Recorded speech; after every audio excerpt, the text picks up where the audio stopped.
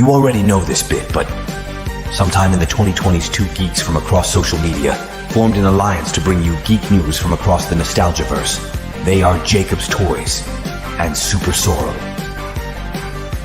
Together, they have been bringing you the weekly live show, Geek Week in Review, every Sunday.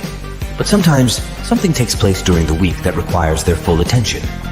No schedule and no time slot, just an impromptu live stream.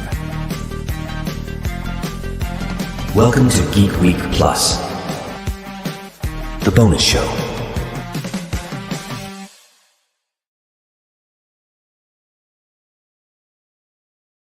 Hello. Welcome back to Geek Week Plus. I can see a load of people in the chats already talking away, so we'll get to you guys in a minute. I would say with me, Jacob's Toys and the wonderful one lady SuperSorrell, but as you can see, Sorrell's not here at the moment. Unfortunately, he's had to pop to the doctors, so he's hoping that he'll be able to join us for this stream. But if not, it'll just be me and our guest. So without further ado, you guys know him from the Marvel Legends team.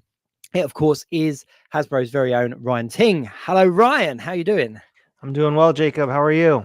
I'm very good. Thank you very much. Wasn't that long ago that we actually spoke back in October at MCM?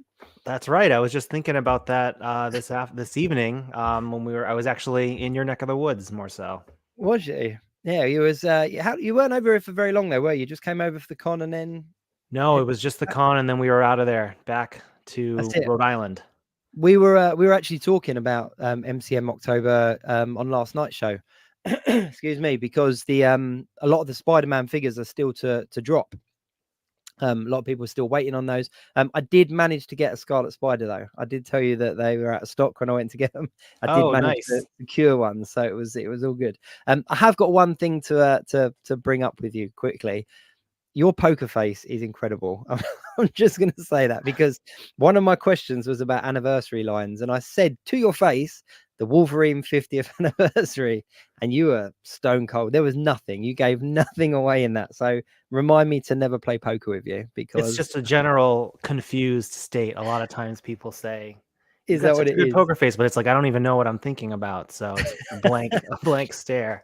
I was just when I saw them announced, because it was like December time that you guys announced the Wolverine anniversary line, which is very cool. A lot of figures there that people have been waiting for.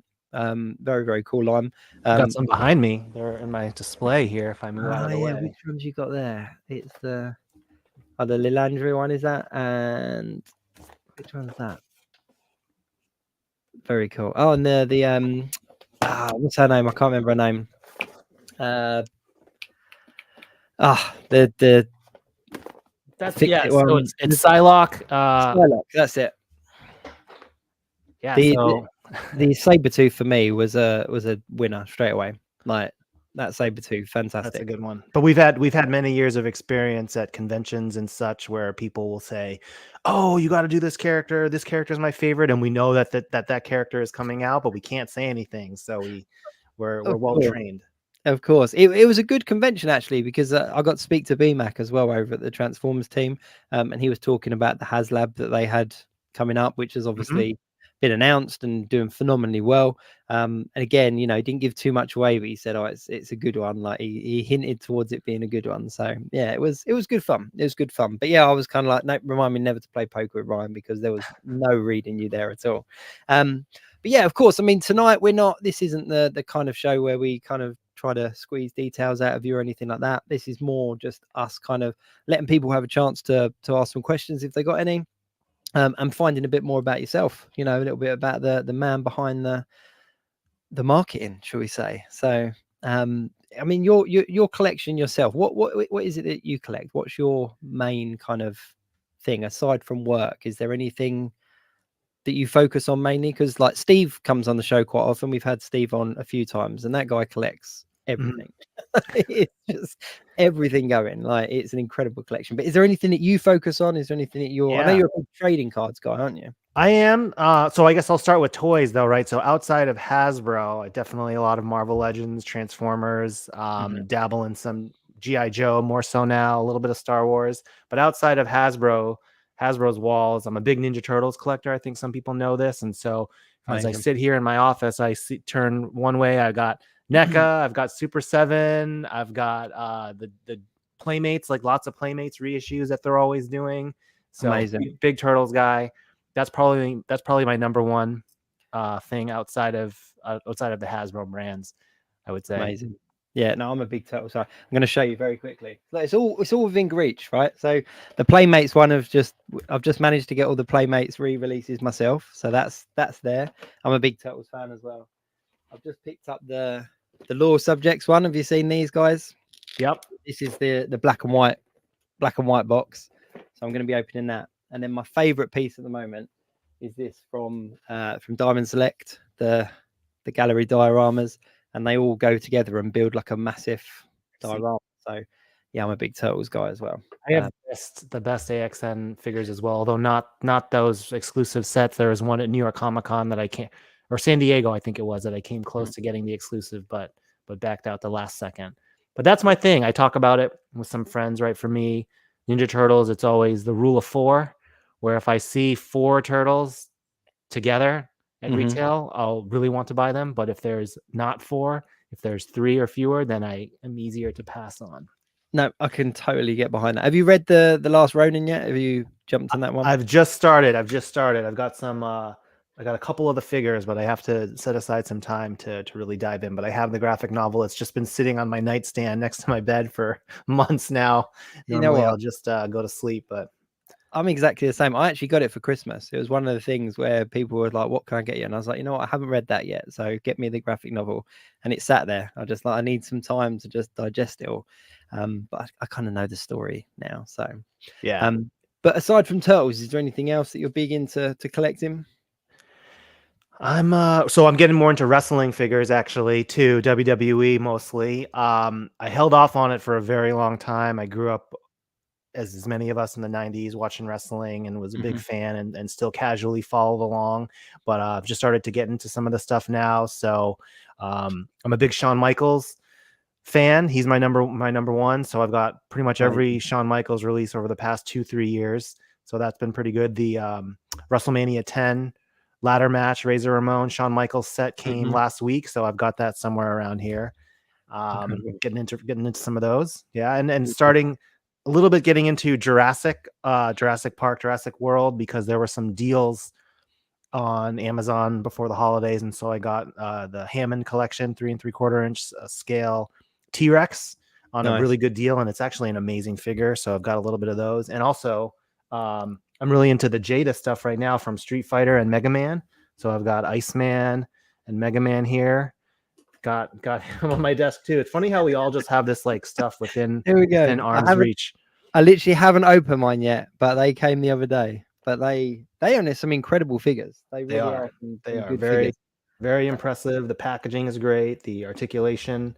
I'm really looking forward to all of the rest of the Street Fighter characters because Street Fighter 2, that game was really important to me, both in the arcades and at home on the Super Nintendo. So definitely played a lot of Street Fighter 2. It's one that, of a certain generation, you played Street Fighter 2. That was the thing. It's funny because me and Sorrell, we both jumped in on the line very recently because they obviously announced a lot more of the figures that are coming out, didn't they? At the I think it was at London Toy Fair. That there was an announcement of the rest of the figures, and you saw a couple of others. I can't remember. I think Vega was one of them, and Blanca was the other. And we were like, we've got to get on that line. We have to jump on that line now before we kind of miss the boat. But yeah, it's good. It's a good line. I think it's cool for fans because it doesn't always happen like this when there's comics with hundreds, if not thousands of characters, right? But they're very specifically going by games.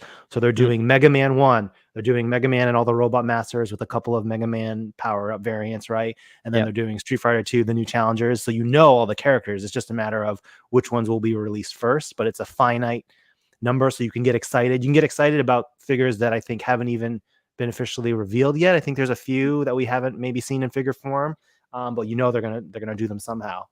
Yeah, no, definitely, and because obviously trading cards as well is your thing, isn't it? Like you're a big trading cards person. You like your trading cards. I am, but there's a couple of camps, right? Because there's the trading cards from the early 90s, which are more of my expertise and nostalgia factor, and I have sets and unopened boxes and that stuff. But like I've got a couple of friends, including Spidey Hits, Justin from that Marvel card collector community, and these guys are hardcore. Like they stick with all the modern sets from probably the mid 2000s onward to now. And there's a lot of premium releases that I can't even fathom to catch up with. And they have all sorts of crazy sketch cards, but more so different parallels and special versions. And it's a very expensive, very involved hobby, which I am not fully in that world, but I observe it from afar. So there's kind of two camps, right? The 90s and then the more modern stuff. Yeah. I dipped my toe in ever so slightly because I started picking up like the Panini sticker book sets, which come with collector cards as well. And then they did a Marvel Versus one recently, and they were giving away like a binder. So I kind of got a couple of, they were on clearance. So I bought myself a couple of binders, and I was like, well, I've got like 6 binders now. I need to fill them. So like, I need to start finding trading cards and just going on eBay and seeing the prices of things. It was, so dipping my toe ever so slightly, but yeah, it's an expensive one. That's a good strategy. Get the empty binders first, and then you have to get stuff to fill it. Maybe I should try that. Looking at the 3 3/4 inch Legends behind you as well, actually, I made use of the boxes and I cut the trading cards out of the boxes and put them in one of the binders because I was like, these things are beautiful. The boxes, I mean, I'm not an inbox collector at all, but I was kind of like, you know what, I need to do something with these, so I put them in a binder.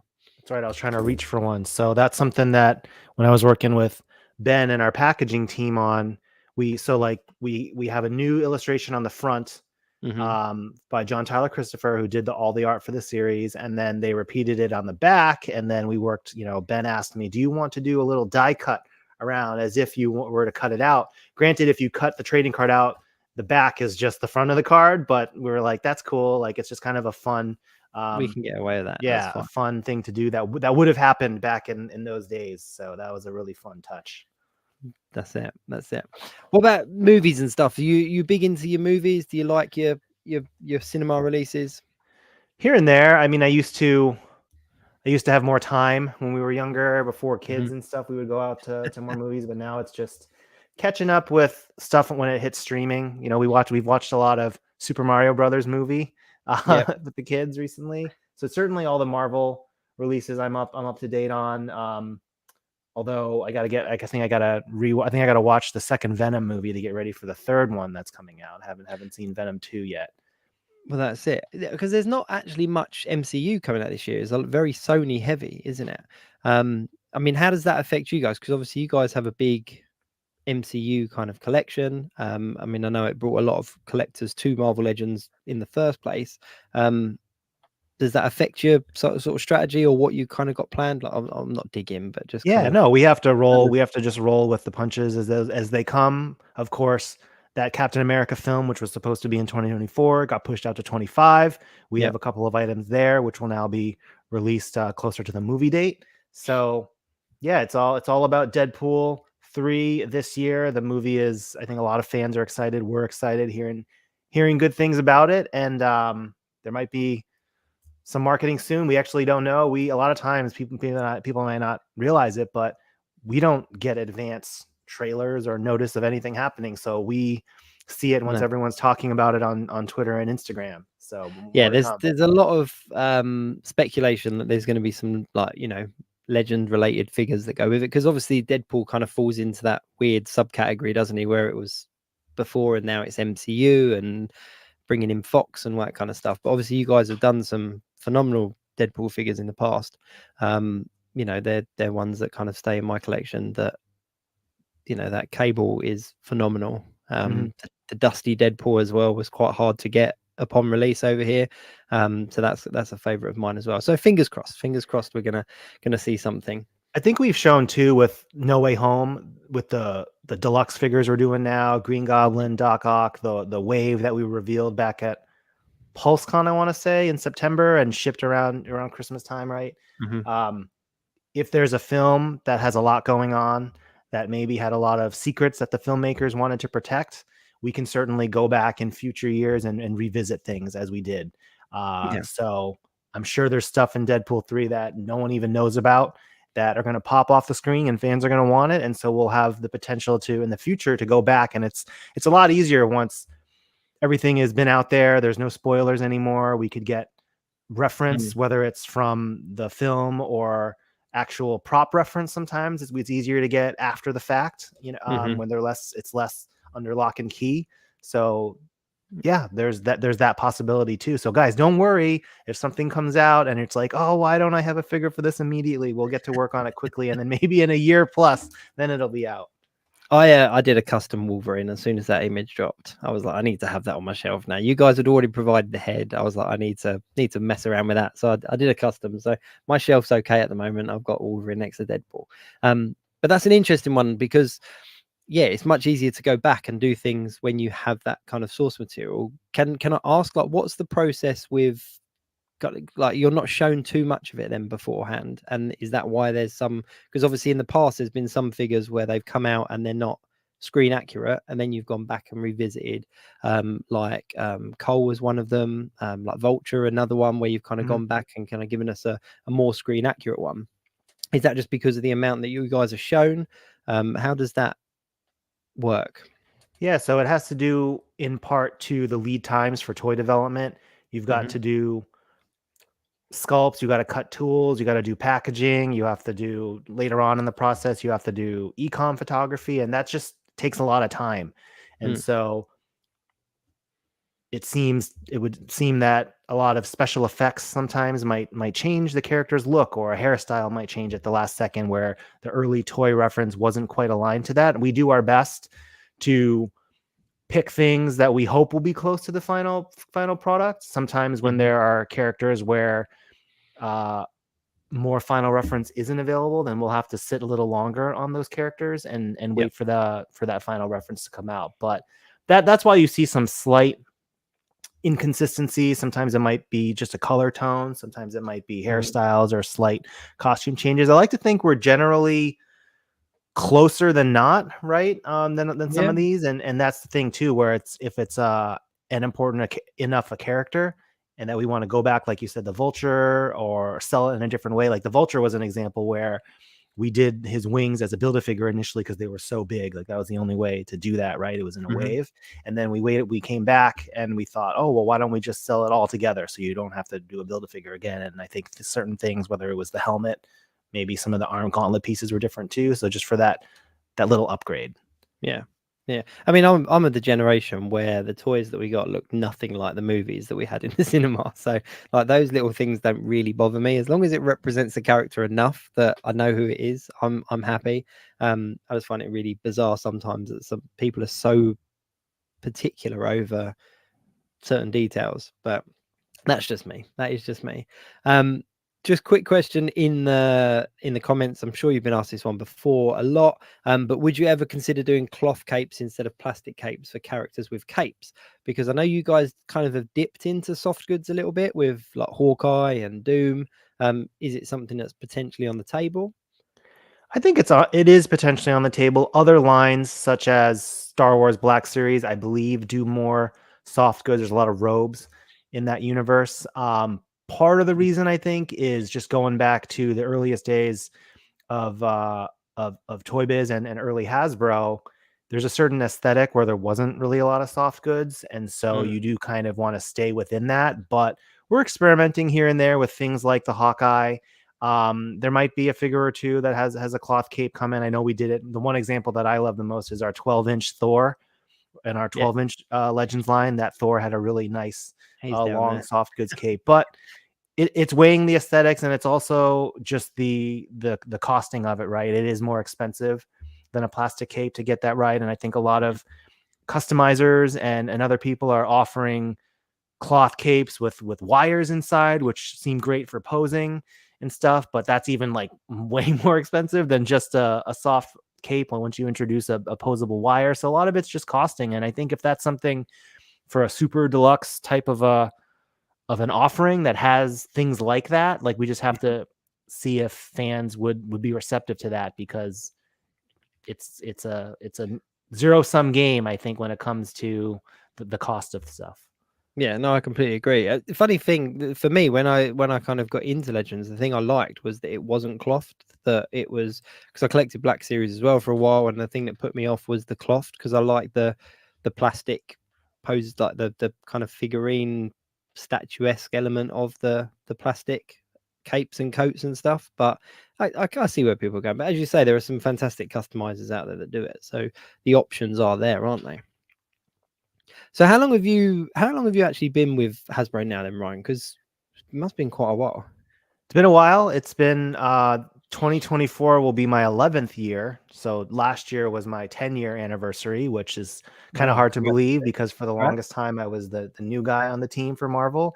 I worked on Monopoly in the board game division for my first 2 years, which was great to learn just how Hasbro works and how to develop product and how to do a little marketing and various, there's always lots of cool things going on with a big brand like Monopoly. So that was great. And then had the opportunity to hop over in 2015 to the boys side action on Marvel.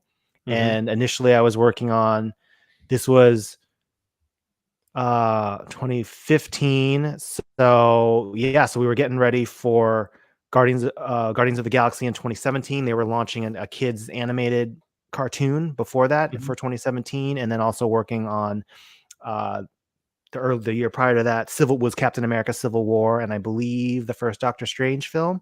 So those were my kind of jumping off points, and then I've been on Marvel ever since. So everything since basically Age of Ultron, leading into Ant-Man and then Captain America Civil War that I've got to see through, which has been awesome. And we got to see the culmination of the MCU and Infinity War and Endgame, and then the fallout after that.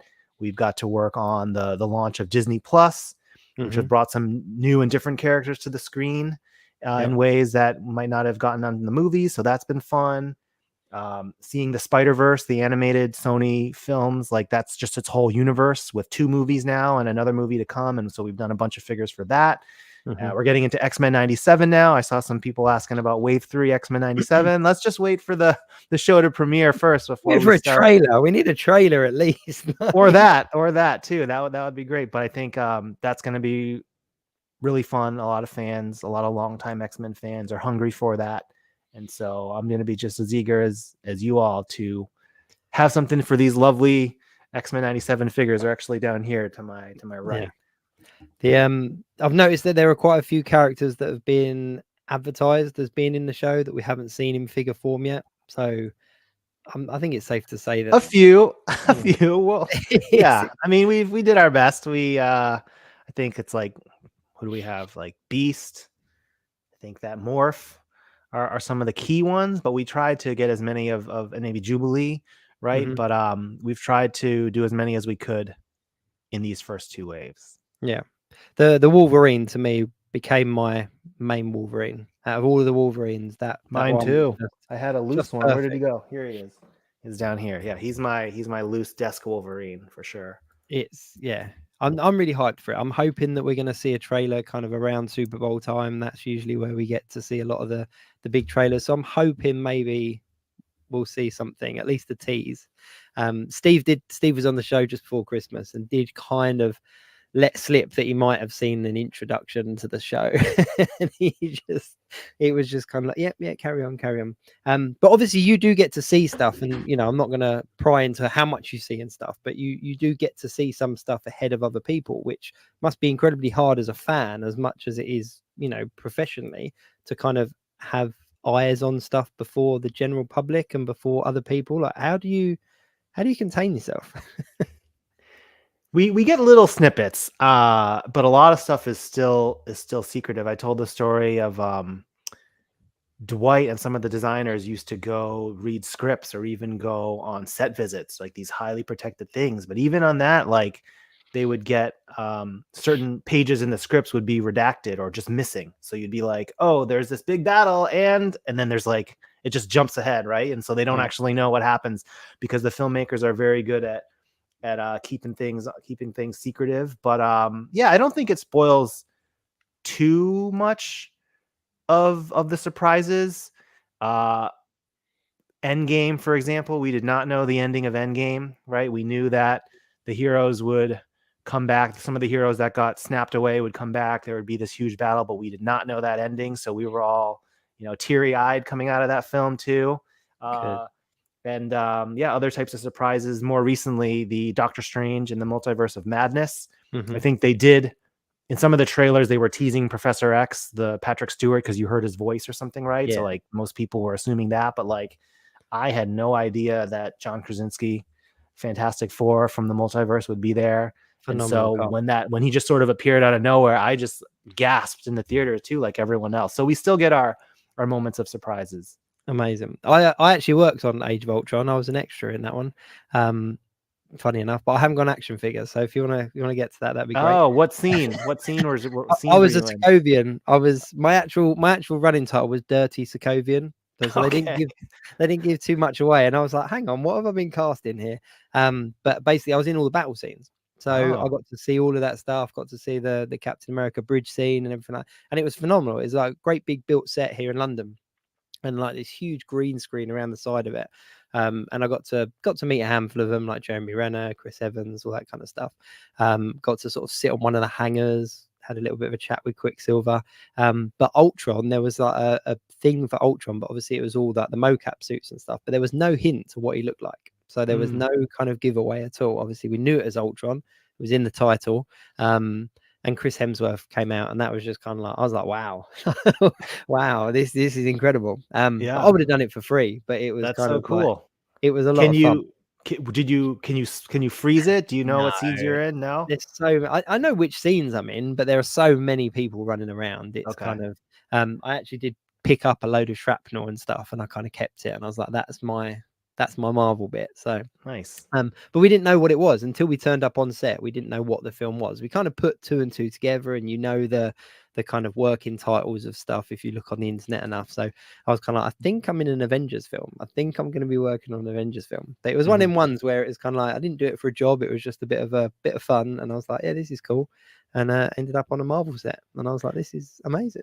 We are listening to me and my wife are listening to the Simu Liu memoir, his book that he wrote recently, where we've been doing some long drives, and so we're listening to it, and he talks about how he got his start in Hollywood basically, and he's Canadian, so it's actually really hard for Canadian actors to get established in the United States. But he was talking about being an extra, and on Pacific Rim, I think was one of the first like movies he was an extra on, and how they're just like freezing cold for hours outside and getting paid basically nothing, but just being so happy to be on a set and just the rush of that. That was it. I said to all my friends, I'm like, I would have done it for free. Like I can say that I was on a Marvel set. Like that's like I'm in it. You don't see me, you can't see me. It's like, but I was there. I know. Yeah, you were there, and you got to see some of the actors. That's awesome. He's killing it though, absolutely killing it. Like I'm really hoping we get like another Shang-Chi. I hope that's like all kind of in the pipe work. It was one of my favorite Marvel films of last year before. I was totally taken away by it. Like it wasn't what I expected from a Marvel film. And kind of the tie-ins at the end with the crossovers and the little cameos at the end. So I'm really hopeful that they're going to kind of start expanding on that one soon. Yeah, we're looking forward to it. Hopefully another big Comic-Con announcement. I was actually in Hall H, whatever year that was, 2019, I think, where they announced Simu was cast as Shang-Chi, and he came out on stage. So I got to, I was lucky enough to just be in Hall H for that. So that was really fun. That's awesome. That is awesome. And we got a lot of figures for that line for that movie as well, didn't we? We got like good amount. Yeah, that was a pretty strong movie offering. I think the one that we wanted to do, but speaking of reference, right, is Razor Fist. So yes. I remember the reference for that. We had the costume, and we sort of, I think, knew how the blade would look on his arm, but we didn't know the actor really. So that wasn't sorted out in time, and by the time it was a little too late to get started. So we were able to do Death Dealer because that character never takes their mask off. Yep. But Razor Fist is one that I think some fans might want, and maybe if he's in the second film, I don't know, maybe we'll look at doing that because we missed him the first time. He was there, wasn't he? He was there at the end, so there's no, you don't know. Speaking of films, though, obviously we've got a couple of holes in the No Way Home lineup, should we say? A couple, yeah. Where you've hinted that that there might be things filling those holes. Is there any kind of idea on kind of timescales with these things, or is it just a case of it's when it fits in your schedule.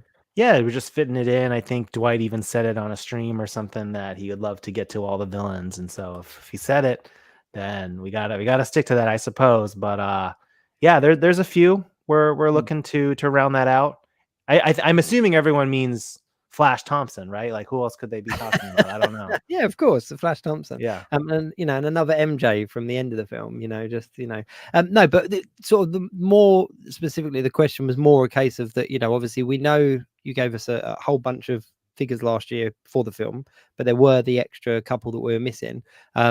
Is there a particular kind of process that you go through as to when they're released, or is it just a case of that it's fitting them in with other things? Because some people kind of speculate that they're they're dragging it out, or they're teasing it, or they're holding it back. Is there a reason that things are spread out, or is it just luck of the draw as to when things come? Sometimes there are, because there might be. I mean, 2024 is not the best example because it ended up being only one Marvel film, right? And one Marvel Studios film. But a lot of times there's just competing priorities. There's Disney Plus, there's movies, there's comics, there's anniversary type programs. Like we just had a big Spider-Man year in 22.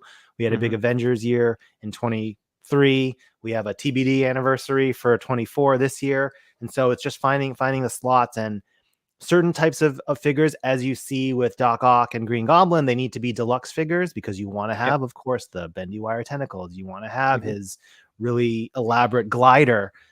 So when it's also a deluxe price point, you have fewer slots in the year than the normal 6-inch individual price point, either in a wave or in a blister carded wave or a Build-A-Figure wave or an exclusive. So everything is just kind of where it slots in. But and balancing it out. Like I think we've talked about this probably, of just making sure everyone has something. We know there are strictly comic fans. We know there are those who got their start with collecting because of the MCU, and there's a lot of crossover between the two, but we want to just make sure everyone gets a little bit of something. So if we do a fan stream and it's all comic figures and all the MCU fans are like, where's all my No Way Home figures or what have you, right? It's like, don't just, You can't be a win. little patient, and in due time, a little bit of everything. You can't win. I always find it funny because obviously you do get kind of dedicated comic book and MCU fans, and I wonder where the X-Men figures fall for those. Like, are they MCU because they're technically like a film, like a series, or are they comic book because they're kind of based on the look in the comic book? So whose collection do they fall into? That's the question. Yeah, it depends. Like, I think some like that Wolverine figure, I think is just a great Wolverine that could fit into any comic, blue team 90s kind of team collection. But then some others maybe are a little bit more on model to the show. Maybe the Jean is very much like how they modeled her in the show. But at least these characters for X-Men 97 so far, the body proportions are more or less the same as your standard Legends, versus a highly stylized line like Into the Spider-Verse, where Miles Morales is super skinny, right? And the Spot has a very unique body shape that couldn't really be served by any other pre-existing character, so it needs to be all new. I think X-Men 97 is close enough to what we know in our mind's eye of these comic characters. Yeah. That Miles Morales figure was my eldest son's first Marvel Legend that he went out and purchased himself with his own money. we were at Proud a Comic-Con, Proud and he moment. saw it. That's it. He saw it, and I was like, "What are you going to spend your money on here?" Like, we're at a Comic-Con. You know what it's like. There's art, there's comic books, there's everything. And he went straight up to one of the toy, and he was like, "I want that one." I was like, "Go for it. I've got it on my shelf, but you go for it. Like, that's what you want." That's his. Yeah. Still got it. I must admit though, you guys were killing it throughout, like COVID and stuff, like with all the live streams. Like you were entertainment for a lot of us, and I think that we got a lot of new fans and a lot of new kind of collectors during that time, and you guys seem to be on the live stream every weekend. It just seemed like there was not a week that went by that we didn't have something from the Marvel team. Are you guys planning to kind of keep up with that, or are you kind of dying that down a little bit now that the conventions are all back in full swing? No, we're still chugging along. I don't think it's been announced yet, but there should be another Marvel live stream not too long from now. I think we've got the date planned for all of that. But yeah, that was awesome. It's kind of a brand new opportunity. I remember the first fan stream we did back during COVID. I didn't know where to set it up because I hadn't had my third floor office with like the cool backdrop. So I was moving furniture and setting it up in the living room and just trying to create a makeshift thing. And it was a big learning curve, but yeah, we had a lot of fun with it. We really embraced it, and it meant a lot to us. That first convention back in 22 was the first San Diego convention back, and everyone was still wearing masks because of the protocols. And then so that was the very first time to see fans again, and a lot of folks just coming up and saying, "Hey, thanks! Like, we watch you guys on the stream all the time." Like, that was really gratifying, and just to know that something we did just gave a little bit of entertainment factor. And yeah, some people saying, "Oh, I wait to watch it with my kid or my other friends," right? And that's been awesome. And then in 23 last year, which was a little bit more normalized compared to 22, but just more fans coming up as well saying, "Do I know you from somewhere? Like, are you Dan and Dwight and Ryan from the streams?" And we're like, "Yeah, how's it going?" Like, that's what it's all about. That's been great. I must admit, for us over here in the UK and like outside of the US anyway, it was great because we would see things happen like San Diego Comic-Con and like panel reveals and that kind of stuff, but we would kind of get the news afterwards because of people being there and sharing it and stuff. Mm-hmm. So when that all kind of kicked off and you guys started doing the streams, you were one of the first companies to kind of do that and kind of embrace that. It kind of gave us a window into that kind of world, if you like, and it was great to actually see things revealed at the same time. And yeah, so I'm glad that they're not going anywhere. I'm glad that they're still here, and obviously the rest of the Hasbro teams as well are like all jumping on it, and we get a live stream now from most of the Hasbro teams in one way, shape or form. Are you guys planning a HasLab this year? Is there a HasLab planned, or is that a hush hush? That's TBD. I think we all want to focus on the Transformers HasLab right now. I'm gonna back one for sure because I have one of every HasLab, especially like the action figure ones, and I'm a Transformers fan. So yeah, just stay tuned for more.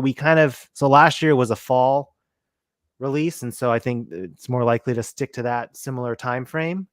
But the world is our oyster now that Giant Man funded. Had Giant Man not funded, I would not feel as confident that we would get the green light to do some type of item. But yeah, that's the hope. That's the plan. That was kind of where I was directing that question, is kind of what kind of time in the calendar would we expect to see something. But we're looking at the teams do a good job of, I mean, you're talking about the fan streams, and it's funny, like when we want to do a stream or have a reveal, we have to ask the Pulse team, "Hey, what's the calendar look like?" And they'll be like, "Oh, Star Wars, or whoever has a big thing on this date, can you do that date instead?" So there is so much going on, to your point, from all these things that it's hard to keep up with it all. So similarly for HasLabs, we don't ideally want things to be competing with each other as much. Airtime in between campaigns, I think, would be preferred, because there are fans who collect multiple brands. So to jump from Classified, to jump from the Dragonfly into the Ghost into Giant Man, that's a lot back to back. And so I think we're trying to space those out. Yeah. I did say to you in October, like, the Giant Man looked phenomenal in person, and like, in hand it looked really good. And I'm gutted that I didn't back it now. After seeing it, I was like, man, if that convention was like 2 weeks earlier, I would have had one. But it was to get you out to New York to check it out. But we're working on the packaging now, which is just a normal box, but we're working with the artist, and it's coming out really nice. I'm happy with it. Yeah. The Sentinel still, you can kind of see my Sentinel there. Like, he's there. Oh, I see him. Yep. He's there. He's there with my X-Men above him, and the Sentinel underneath. That's all good. It's all good. So in regards to your own stuff, what's your personal favorite figure in your collection at the moment? That's a tough question. I don't know. Put it this way, Ryan. If there was a fire and you had to grab one, and you could only grab one, which one would it be? It would be my Selfie series figure. No, that's not the answer. I don't know. So just off the top of my head, because I can think of it right now, Dwight and the team have known ever since I started that I'm a big Gambit fan. He's my number one X-Men character, one of my favorites. And so we get these VSPs, which are basically these prototypes for the development team to check the sculpt and the articulation, but they are not decorated, and they are run in whatever plastic that the factory has on hand. So a lot of when people look at VSPs, they're in these crazy colors that would never, like pinks and browns, right, for characters that don't make sense. But Dwight gave me the Gambit VSP from the Juggernaut wave in 2016. No, sorry, not the Juggernaut wave. He was in the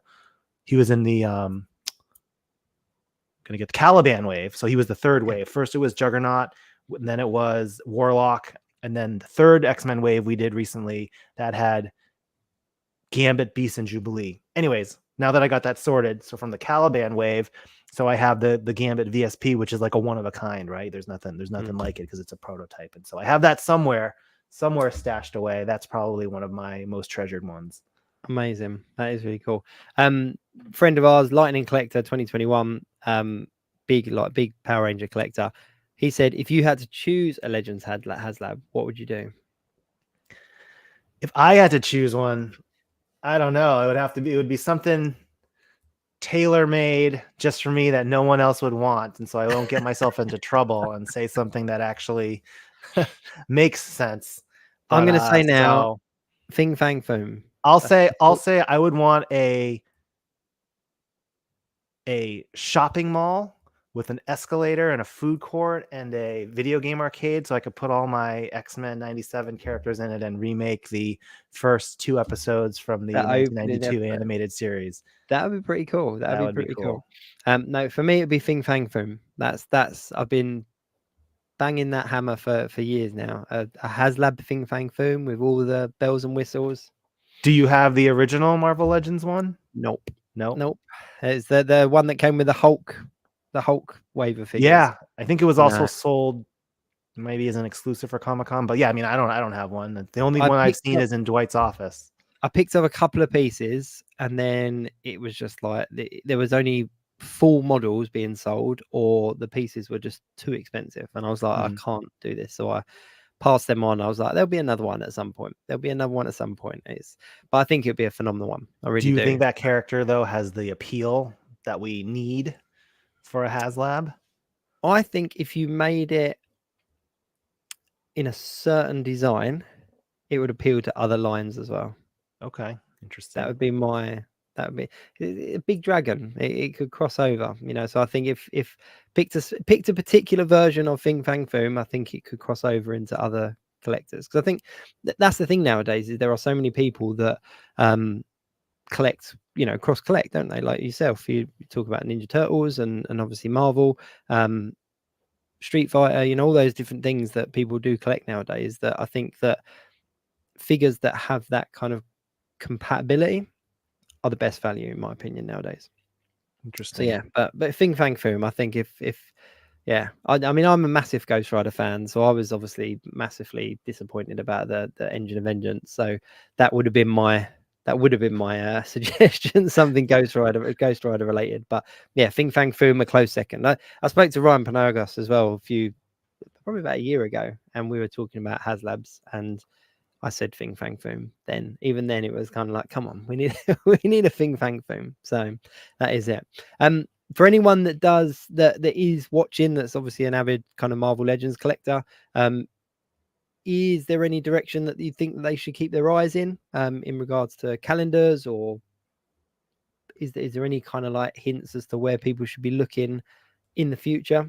Well, you should just follow Dan Yoon on Twitter because he drops all the teasers there.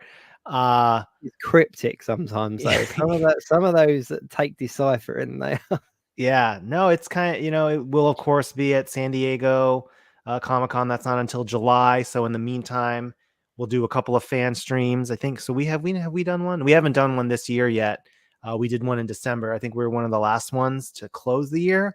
And there have been some other brands. I think Star Wars did one, right? And Transformers, obviously, with the HasLab.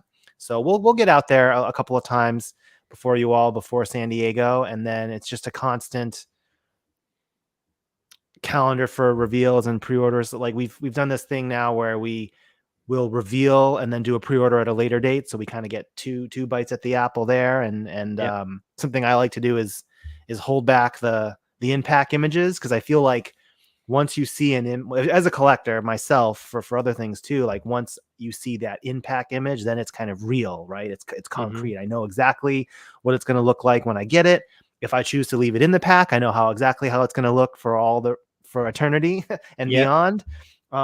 So, and sometimes the in-pack shot, now that we're back to plastic window boxes and such, you can see the accessories. And so sometimes if we do a shot where we reveal a pose shot first, or we have a sample, in a live stream, we won't show all the accessories. So then once you finally see the in-pack, it's like, oh, it comes with this many hands, this weapon, and that kind of thing. So just try to make it as exciting a process as possible for everyone.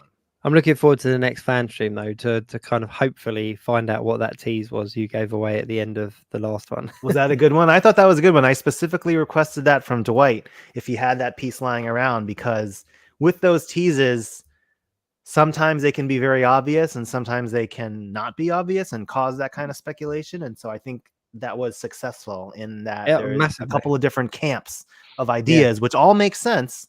And it's just a matter of which one might it be, or maybe it's something that you haven't even considered. Like it could be that too.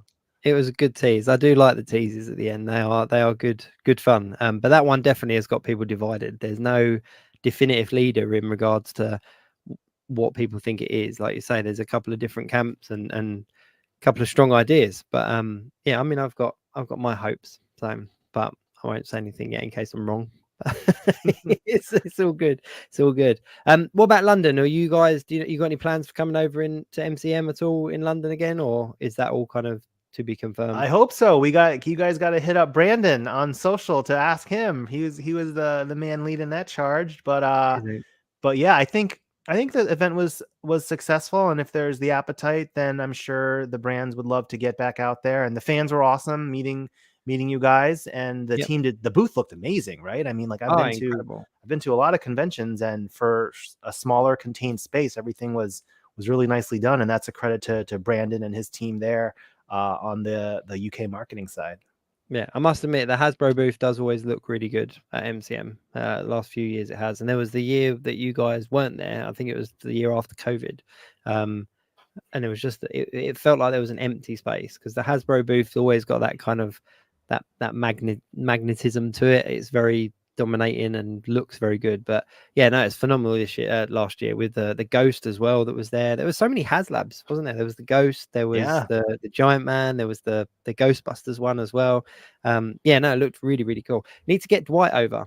Dwight or Steve need to come next time, because obviously Dan came year before last, you came last year. We need to get Dwight over to the UK at some point. Yeah, I think he would be all for that. He loves the international fans, and I'm sure he would volunteer to go. We'll tell him that we would definitely love to have him, without a doubt. Ryan, I'm going to let you go because obviously it's getting late.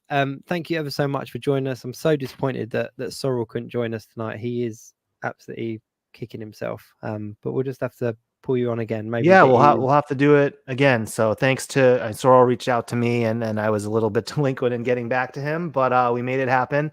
And then next time we'll be back to the original lineup, and I look forward to it. That's it. Maybe we'll pull Dan in or Dwight in as well at the same time. Sure, let's get them all together. Yeah. But it's been great talking to you again, Ryan. Obviously, can't wait to see what's coming up next for Marvel Legends. Just keep doing the good stuff.